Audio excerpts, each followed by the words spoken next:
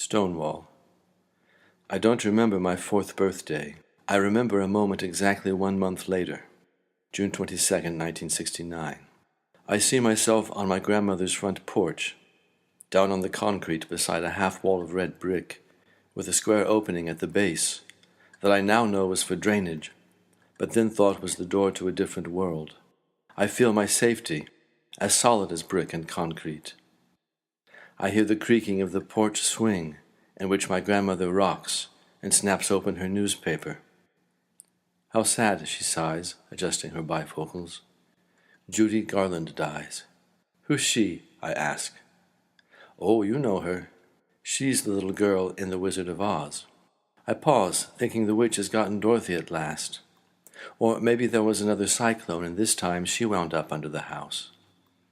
Just a moment, then I return to my play.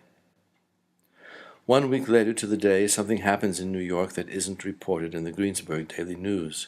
An event as momentous as the realization that you've been wearing ruby shoes while being told that you were barefoot.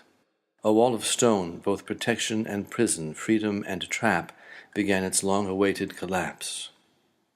Those who had been told they had neither heart nor brains nor courage found they had all three, and unleashed a cyclone of their own, a mighty wind that sent stones, coins, beer bottles, and handbags flying through the air, a wind that scared wicked flying monkeys out of their uniforms.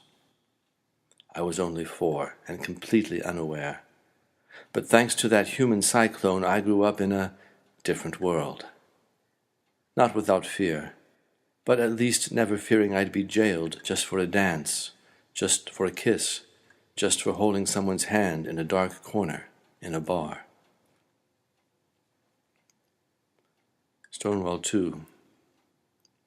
Her good sense, a windshield that served her well, was shattered by hail the size of her fist.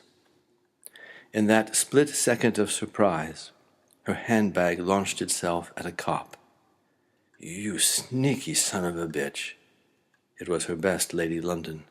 She snarled the instant her grip was empty, as though the cop were last month's mugger in disguise.